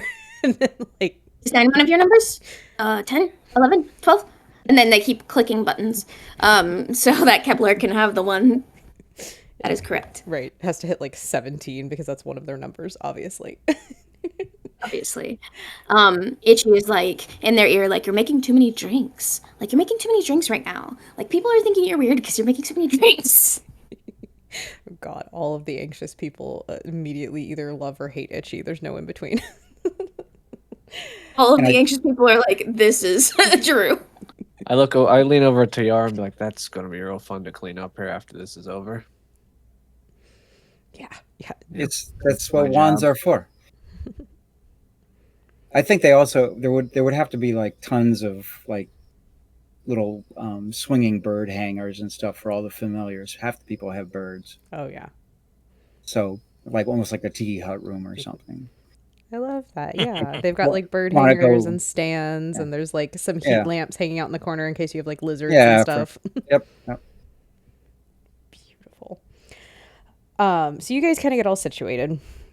And as you finally kind of like find your beach chair, find your beach towel, whatever you're going to like kind of be sitting at, all of the coffee is either handed out or dispersed around the room to get rid of the lemon spell because how dare you, you guys kind of settle in.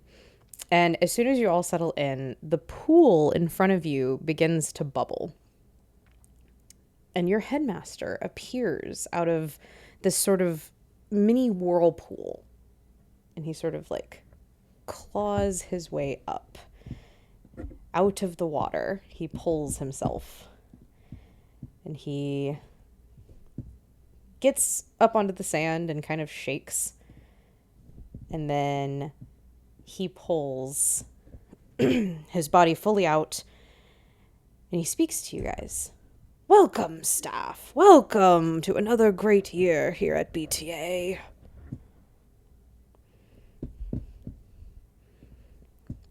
He's got one of those voices that like Pause. resonates from his shell, but is still like booming in its weird raspy kind of way.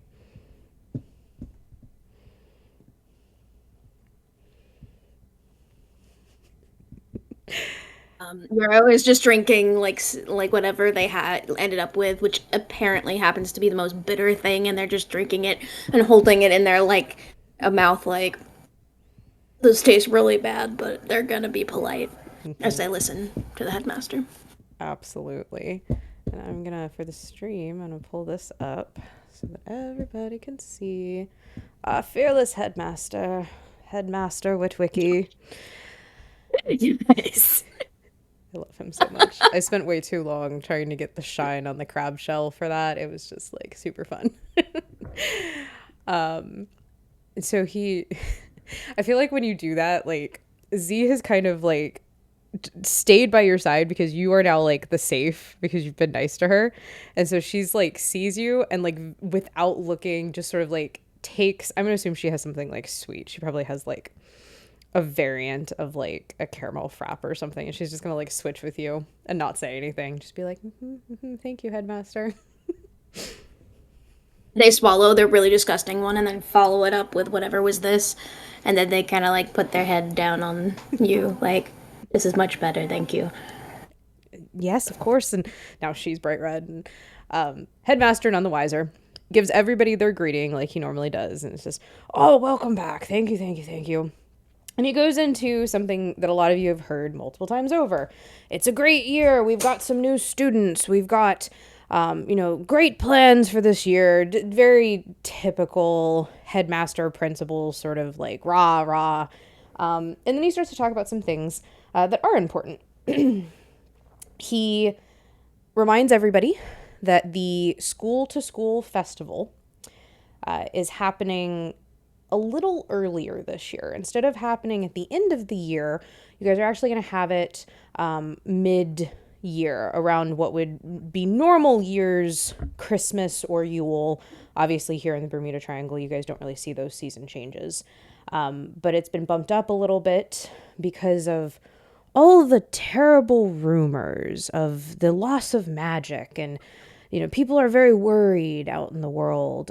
I don't know if I truly believe anything's wrong. We've had record numbers this year, and a lot of our students have gone off and become very prevalent in the community. But nonetheless, the other schools have asked us to bump up the festival so that they can come and replenish themselves and be just surrounded by the magic that is here.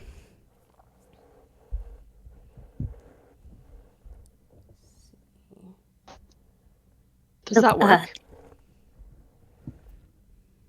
Whoever was just speaking, you cut off in the middle, so I did not hear what you said. Sorry. Thalvanus will actually ask, does that work? Like, are we a charger for the magic? Oh, well, I don't know about a charger. I mean, but there's very heavy magic here on the island. It's, one of the original schools and one of the, if you believe some of the natives, the original places of magic in the world. But what I do know is that we're always better when we come together as a magical community. And he's going to kind of monologue a bit out into like how the community has to come together, and once again kind of falls into that like principal-esque sort of monologue and very much like avoids your question. Yeah, I think I'm used to that with Kepler being my best friend is not really getting an answer. So I think I'm just gonna kind of like write it down to think about it later, as because he's saying that everything's a rumor when we've actually had a teacher go on sabbatical and then have to retire. But when they came back, it didn't work. So I'm just taking notes the whole time on things. Absolutely.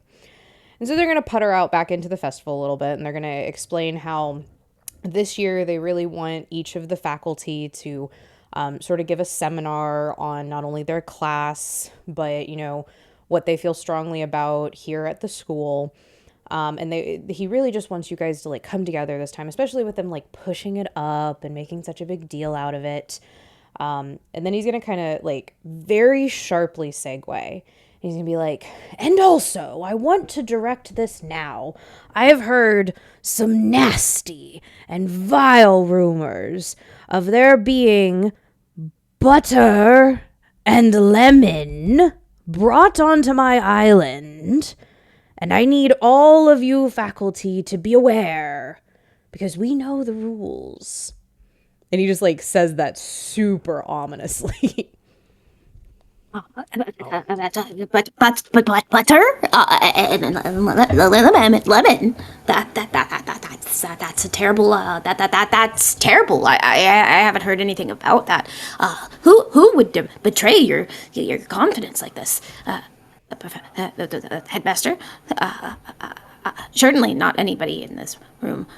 We are all rule-following and drink-loving people. And you can see their sweet caramel thing is just like chattering and going everywhere. Absolutely. Hey, don't you worry there, sir.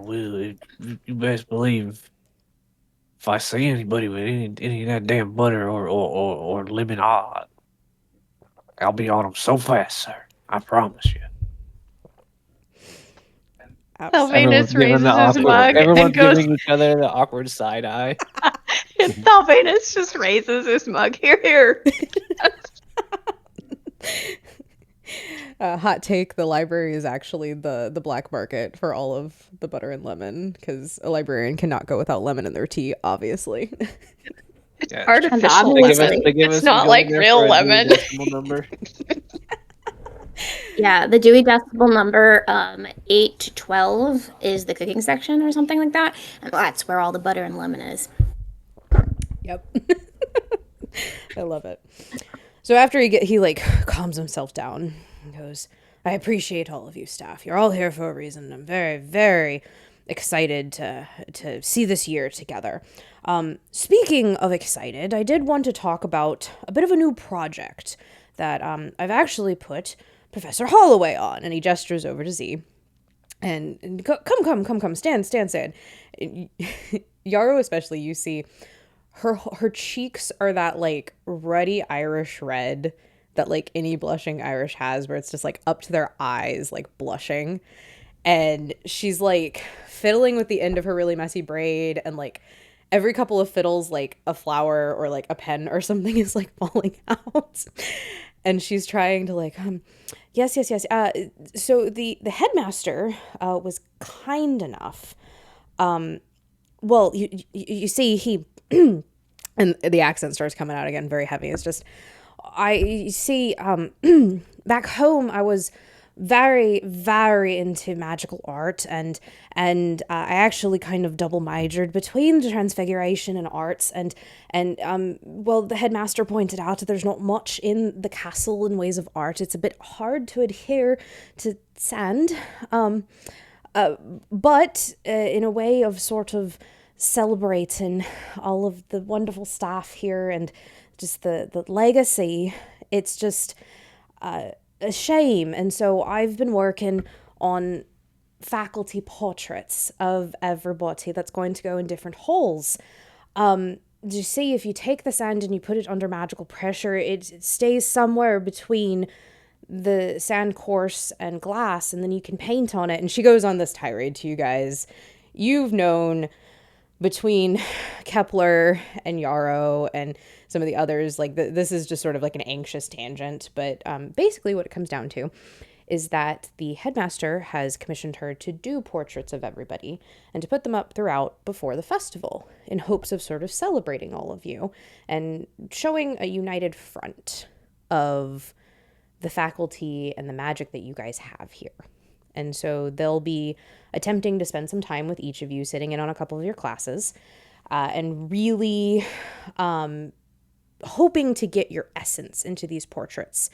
And then she's going to kind of finish and just, and I know that it's going to be a bit of a hassle for you to have me, so I promise I'll try not to be nervous and as nervous as I am currently.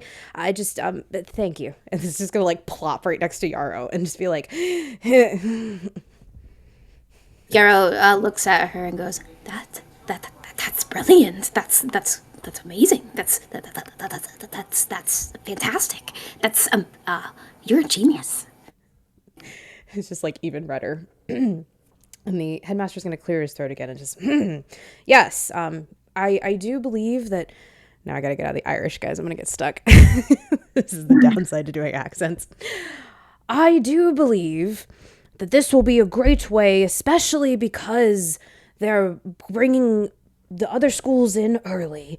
I do believe this will be a good way to show unification between everyone. And if anyone has requests for how they wish to be painted or where they wish their paintings to be, please get with Professor Holloway and let them know. And very last thing I want to go over.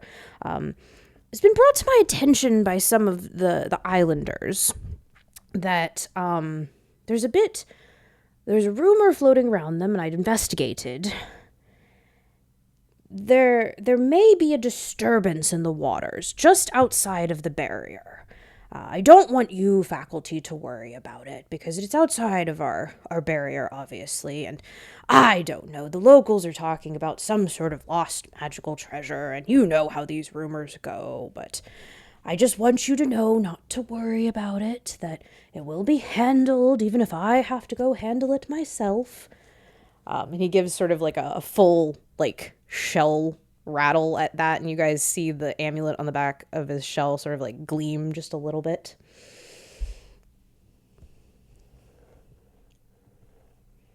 But he let you guys know not to worry about that. Don't worry about the rumor of an underwater cave system or a possible magical treasure or any of that fun stuff. Don't worry about that. I was not worrying about this until 12 seconds ago. Now this is all I'm going to be able to think about. When did this begin? Oh, well, it happened during the summer break. I happened upon a couple of the locals that help keep up the castle when the students are gone, and they were just talking about how there were some whirlpools appearing outside of the barrier, outside of the dorm rings. And he's kind of doing the thing that he did to Thalvanius and like skirting around your question, but unfortunately he actually does have details for this one, and so he's like accidentally kind of dropping these details to you. And he's like, no, that's enough of me talking. This is about the time of the faculty meeting. I'd like to open up to you guys. If you guys have any questions or anything you feel like we should focus on this year, if you have any ideas for the festival. And he's trying to like redirect you guys now. Well, if the festival's happening and the magic barrier is being affected, wouldn't that affect the festival? Shouldn't we worry about this? Oh, no. It's outside of the barrier. It's outside. Our barrier's fine. It's fine. I just redid the wards myself, just like I do every year. It's fine. Ask Professor Sunbur. Yara, you. And Yara kind of just nods along as, yes, I did assist in the rewarding of the castle and the island. However, it was truly barren, and she gestures to the very back of the room where the very scary crane man has not moved, is just holding like a tiny espresso cup in his wing that he's been handed and has not done anything else. Does he have like a bird thing where he's like dipping his little like beak into it, like like the little toys? Just a little bit, just like dink, dip. Headmaster, if you don't mind, did you have a chance to approve the barnacle remover on the west end of the castle, and or did you get a chance to take a look at my approvals for the changes I made to the PE curriculum this year, since we're moving this up? Oh, yes. And he's so excited to have a change in topic. He has definitely not looked at any of this, but he is gonna like snip around a little bit and like reach into his shell and pull out a piece of paper, and then like with one of his shells he's gonna like stamp it and somehow it's going to leave like a magical imprint, and it's just going to like populate into this like approval essentially. And like he's gonna hand it off to you, and he's like, yes, yes, yes, yes, Quentin, whatever you need. I'm sure that's very, very important. The barnacle removal, and we're going to start integrating the PE class next week, at the beginning of technically the second half of the semester. And he's just like basically handed you a kind of free for all because he's so happy that you changed the subject. Sweet. So the changes I've made to the PE curriculum is, being a rootin' tootin' cowboy. I'm going to class this year is going to be rodeo. Oh We're, gosh.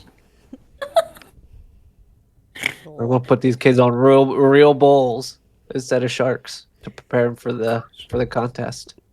Not even bull sharks? Nope. Nope. Oh god. They got to mess with the horn before they get the shark. The fin. The teeth. Where are we getting bulls from?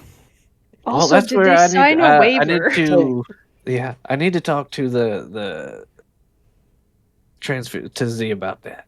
I need to have her do some work on my wand for me.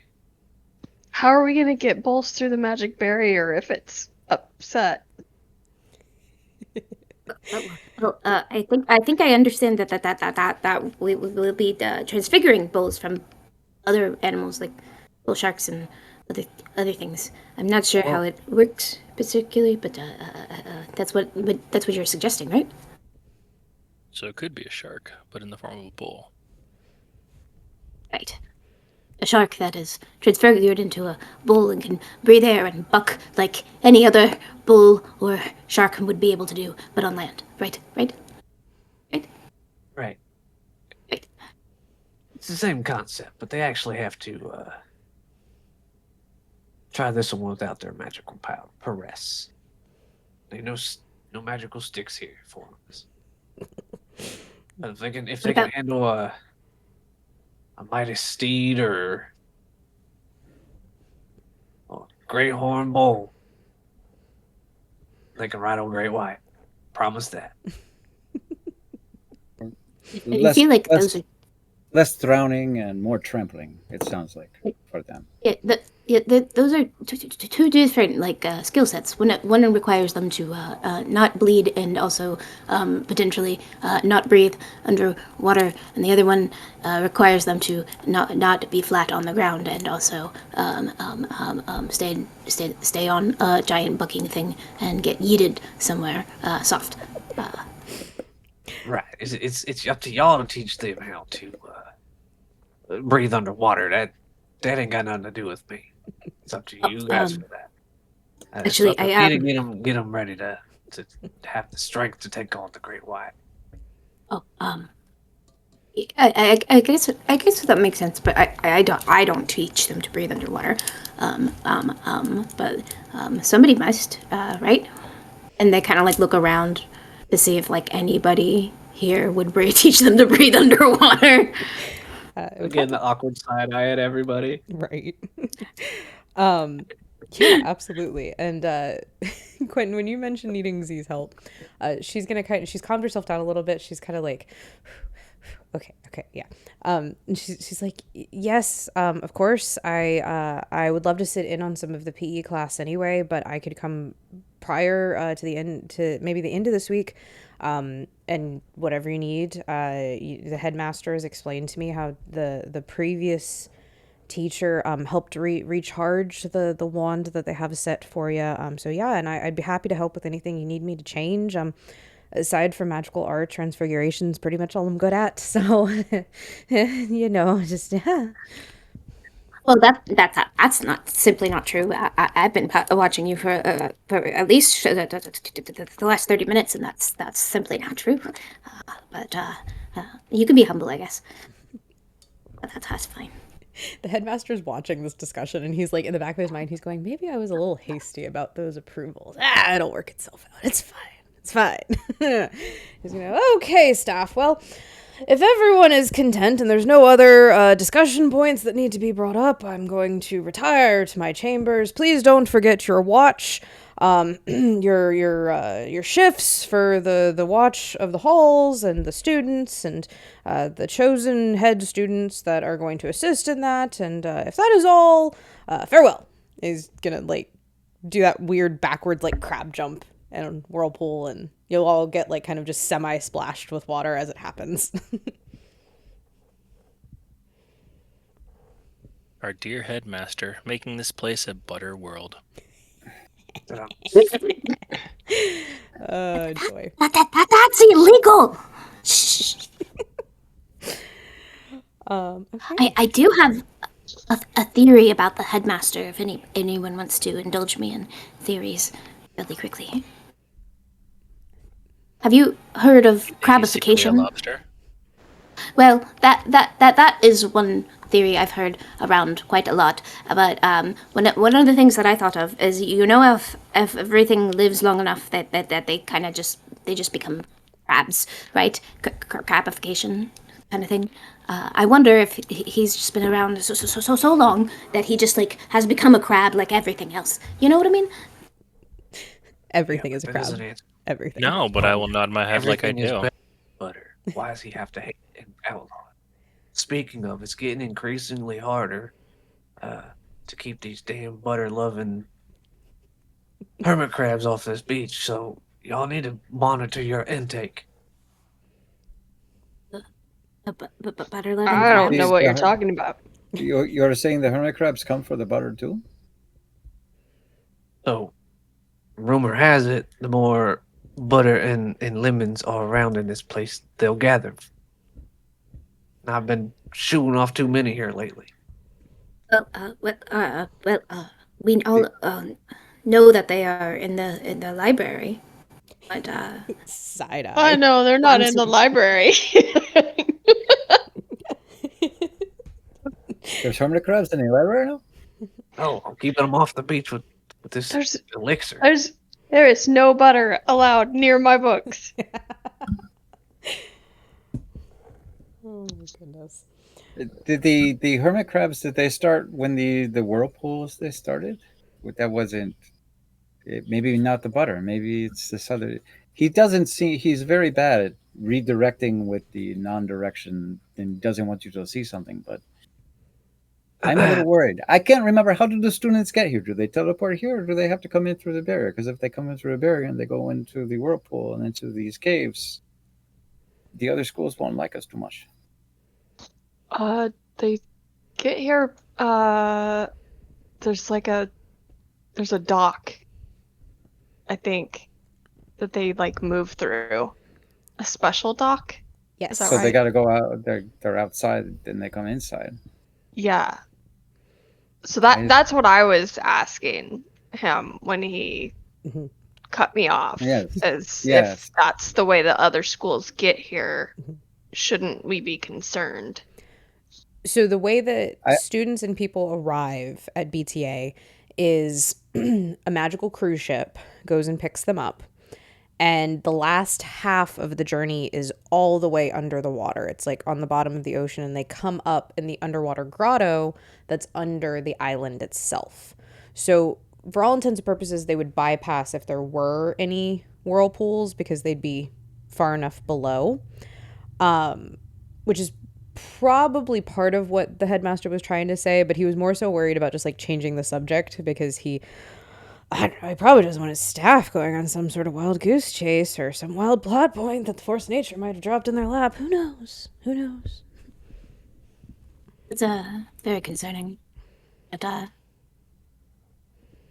I'm constantly concerned, I think. So I'm not sure of when not to be concerned. He said not to be concerned about that, which made that I would be worried about it constantly. What is the tunnels that are under there that he said not to worry about? Now, you Usually you have said don't all worry. heard rumors of there being a tunnel system off of the underwater grotto, but as far as you know, there isn't one. Maybe there's another entrance to it. Maybe it's something only the locals on the island know. Something we could look into. But for now, we are going to call the session. Now we're hitting that right at the 2-hour mark. And as it is a weeknight instead of our Saturday like we're supposed to, I am going to go ahead and call it for right now. The very last thing that I'm going to do is I'm going to roll a d6, and we're going to figure out who's going to give us our recap at the beginning of next episode. Like I kind of explained to you guys in the chat, what I would love for you guys to do with this recap is I would love for you guys to do it sort of like your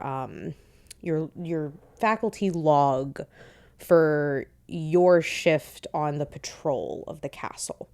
And then just sort of weave it in however you'd like. So I'm basically going to roll this and hope that it's 1 through 5 and that I don't have to do a 6 and actually pick on somebody. And if it isn't, I'll probably just roll it again. Oh, good. Okay. 1, 2. So on my screen, that is... Aha. Rowan, you're going to give me a recap next time. In character. I was gonna volunteer if it wasn't. I love that.